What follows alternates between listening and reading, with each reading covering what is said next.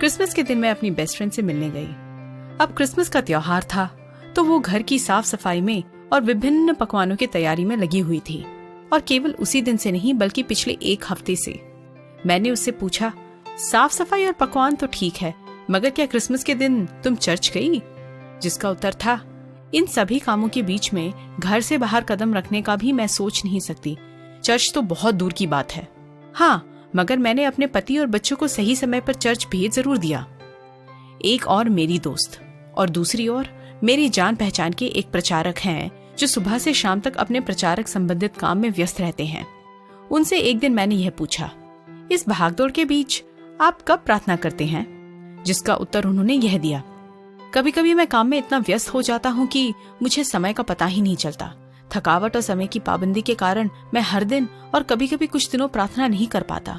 मुझे बुरा तो लगता है, मगर मैं इस बात से दिलासा कर लेता हूँ कि आखिर में मैं प्रभु के राज्य की बढ़ोतरी के लिए ही तो इस भागदौड़ में लगा हुआ हूँ।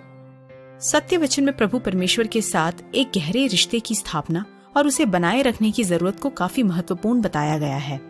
जैसे प्रभु यीशु मसीह ने कहा कि प्रभु प्रभु कहने वाला हर व्यक्ति स्वर्ग के राज्य में नहीं जा पाएगा, बल्कि वही उसमें प्रवेश कर सकता है जो स्वर्ग में स्थित मेरे परम पिता की इच्छा पर चलता है।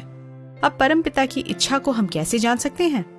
केवल प्रार्थना और पवित्र आत्मा के निर्देशन के अनुसार उनके वचन को समझकर और उससे जुड़ी हुई ज्ञान को ग्रहण करके ही हम उनकी इच्छा को समझ सकते हैं और उसे अपने जीवन में लागू करके उनकी महिमा कर सकते हैं।